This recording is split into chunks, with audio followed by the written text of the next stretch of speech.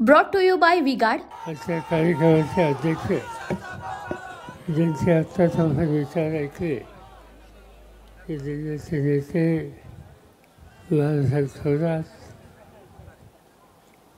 या कार्यक्रमाच्यासाठी अगत्यानं आलेले ज्यांचे विचार आपण ऐकले ते सामनाचे संपादक श्रीयुत राऊत किंवा आम्हा सगळ्यांचे विरोधात निलेश लंके व्यासपीठावर बसलेले सगळे मान्यवर आणि अनेक तास या ठिकाणी बसलेले आपण बंधू भगिनी. लोकसभेची निवडणूक सुरू आहे. तिथे 1-2 टप्पे झाले. आता तिसरा टप्पा हा आणखीन 4-5 दिवसांनी आहे. उनका बैकअप सिर्फ कल तक और हमारा चांद तक.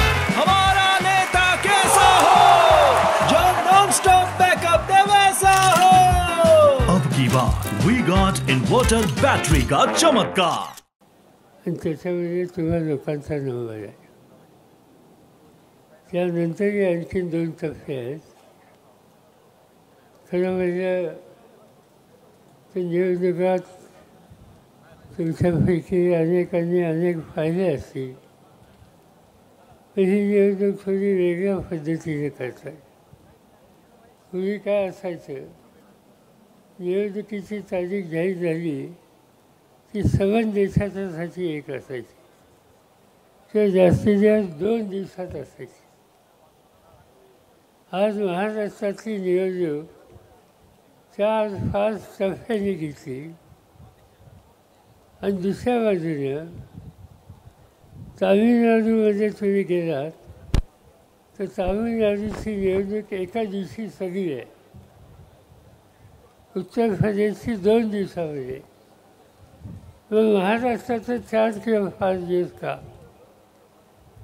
आणि त्याचं कारण हे आहे स्वच्छ, मोदी साहेबांना खात्री नाही त्यांना पुन्हा पुन्हा येता यावं, त्यासाठी महाराष्ट्राच्या निवडणुकीचं वेळापत्रक आहे ते त्यांनी बदललं आणि आज या पद्धतीनं आपण निवडणुकीला सावरलं जातं.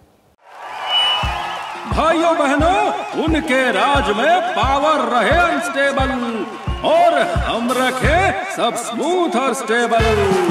हमारा नेता कैसा हो जो स्टेबल पावर दे वैसा हो.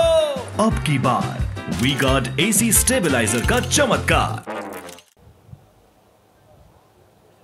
हे आधीच्या वक्त्यांनी सांगितलं.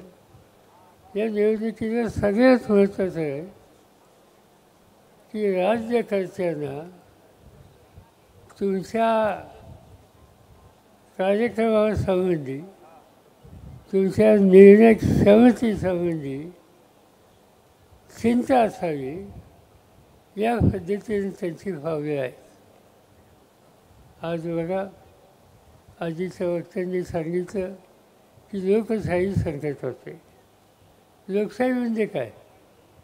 लोकशाही म्हणजे कुठलाही निर्णय घ्यायचा अधिकार घटनेने तुम्हाला दिला आणि तो निर्णय तुम्ही घ्यावा मतभेदीद्वारे, याचा अर्थ संसदीय लोकशाही.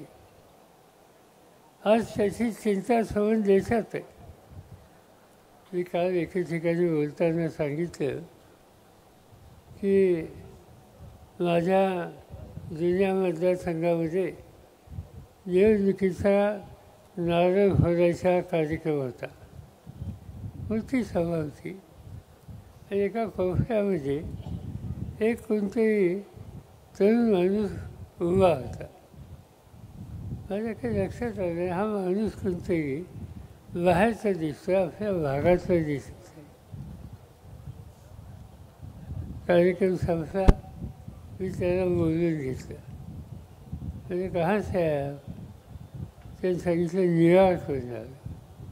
म्हणजे अमेरिका? हो, म्हणजे अमेरिकेवरून आलं. म्हणजे अमेरिकेवरून इथल्या निवडणुकीच्या संबंधी काय तुम्हाला औत्सुक्य आहे त्यांनी सांगितलं की जगामध्ये 2 देशामध्ये सगळ्यात मोठी लोकशाही आहे. 1 नंबर भारत आणि 2 नंबर अमेरिका. आणि त्यामुळे अमेरिकेतल्या जनतेला चिंता ही आहे की ही निवडणूक कशी होते. या निवडणुकीत लोकशाहीच्या पद्धतीनं होईल का नाही यासंबंधीची शंका लोकांच्या मनात आहे.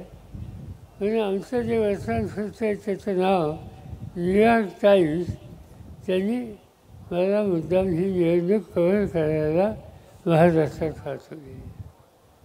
म्हणजे जगाला सुद्धा चिंता आहे. जगाचा सुद्धा मोदींचा विश्वास आहे का नाही ही स्थिती यातनं स्पष्ट होती. आज तुम्हाला स्पष्ट विचारतो मी, ग्रामपंचायतीच्या निवडणुका झाल्या तुमच्याकडे झाल्यात का? कधी?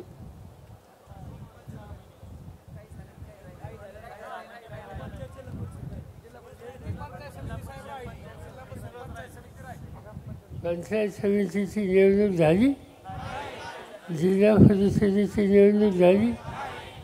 आता लोकशाहीचा ग्रामपातळीचं सगळ्यात महत्त्वाचं स्थान म्हणजे कोणतं तर पंचायत राज. त्या पंचायत राज्याची निवडणूक नाही, नगरपालिका.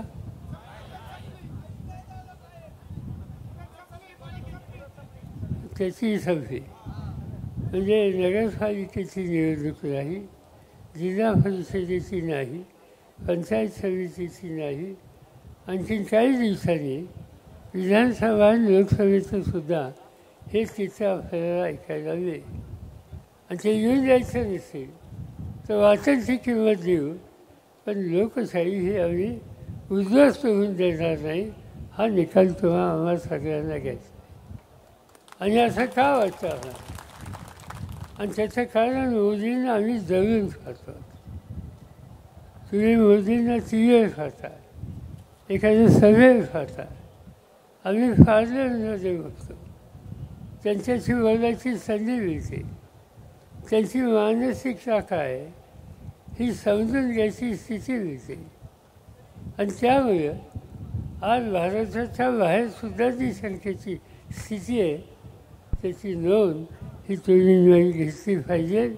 आणि त्यासाठी या निवडणुकीमध्ये काही झालं तर चालेल, पण लोकशाही टिकेल अशा पद्धतीची राजवट या देशात येईल त्याची काळजीची आपल्याला घ्यायची आहे. मोदी साहेब त्यांचा विश्वास या गोष्टीवर नाही. ते काल इथे येऊन गेले, अनेक ठिकाणी येऊन जातात. त्यांच्या भाषणामध्ये मी काय, उद्धव ठाकरे काय, त्यांच्या बोलण्याशिवाय त्यांचंही फरक नाही. काय हरकत नाही, बोला. देशाचा प्रधानमंत्री येतो आणि आमच्या टीका टिप्पणी करतो. माझ्या दृष्टीने तो आमचा बहुमान आहे, कारण त्यांना दुसरं कोणी दिसत नाही. आज कुठेही जाईल त्या ठिकाणी बोलतात. सोलापूरला गेले, मानसी रस्ता, आणि ते बोलले की महाराष्ट्रामध्ये गेले 50 वर्ष एक आत्मा हा हिंडतोय म्हणजे सगळीकडे. त्यांना मला सांगायचं की 50 नाही, मला विधानसभेत येऊन यंदा 56 वर्ष झाली. त्यामुळे हा आत्मा 56 वर्ष महाराष्ट्रात शोधतो आहे. आणि तो 56 वर्ष हा शोधतो आहे की या 56 वर्षामध्ये मोदीसारखी कुठल्या व्यक्तीने आली नव्हती. आम्ही इंदिरा गांधी पाहिल्या, आम्ही कॉलेजमध्ये असताना जवाहरलाल नेहरू पाहिले, आम्ही राजीव गांधी पाहिले, आम्ही नरसिंहराव पाहिले, अनेकांच्यावर काम केलं. त्याची चिंता आम्हाला कधी वाटली नाही. पण आज कोणतरी एक आत्मा याची चिंता मोदींना वाटली. तो आत्मा महाराष्ट्राच्या सामान्य माणसाला या आत्म्याची चिंता असलेल्या लोकांपासून सुटका कशी करता येईल त्यासाठी तो महाराष्ट्रात चिंता आहे. त्यामुळे या सगळ्याच्या संबंधी अधिक बोलण्याचं काम नाही. अनेक गोष्टी त्यांनी केल्या. काय आत्ताच अनेकांनी सांगितलं काय शेतीचा प्रश्न सोडवला? कांद्याच्या बद्दल चर्चाच करायला नको. बाळासाहेबांनी माहिती त्याची दिली.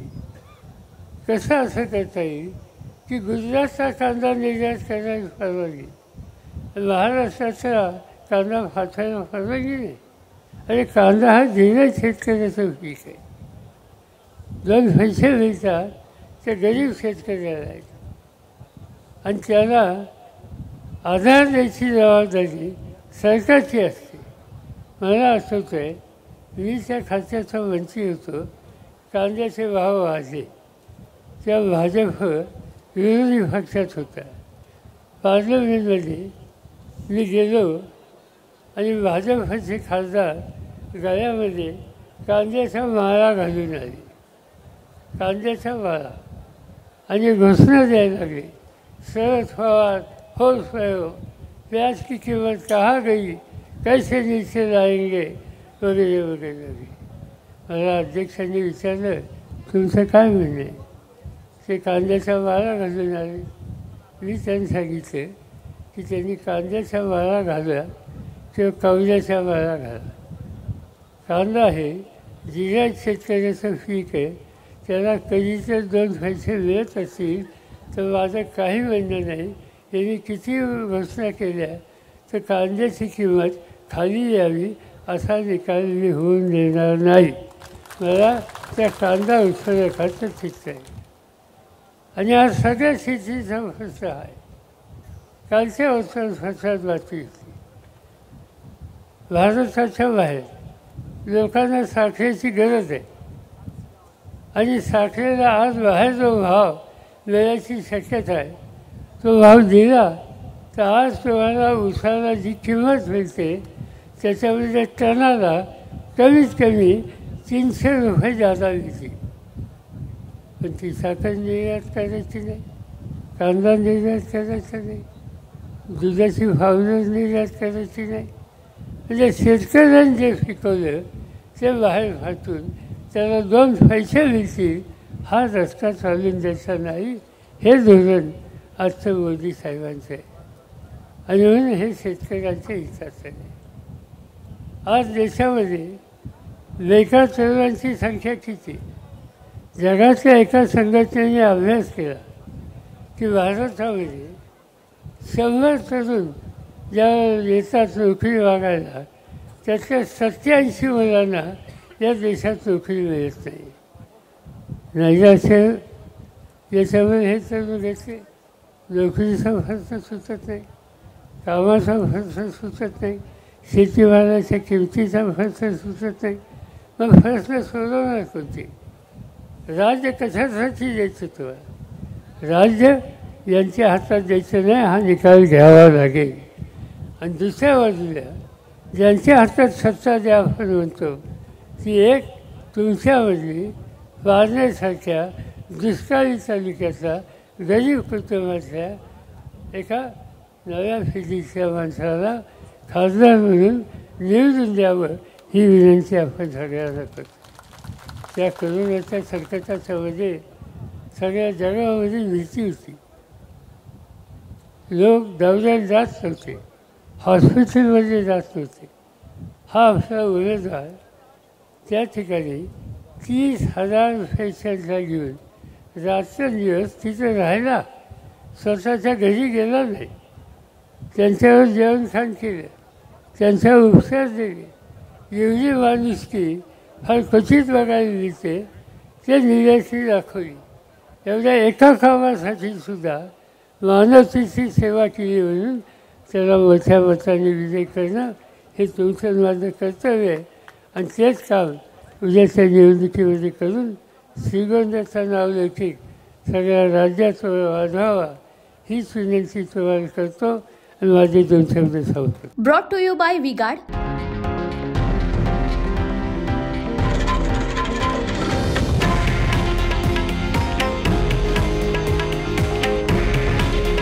हे आहे देशातील नंबर 1 न्यूज नेटवर्क आणि आपण पाहत आहात TV9 मराठी.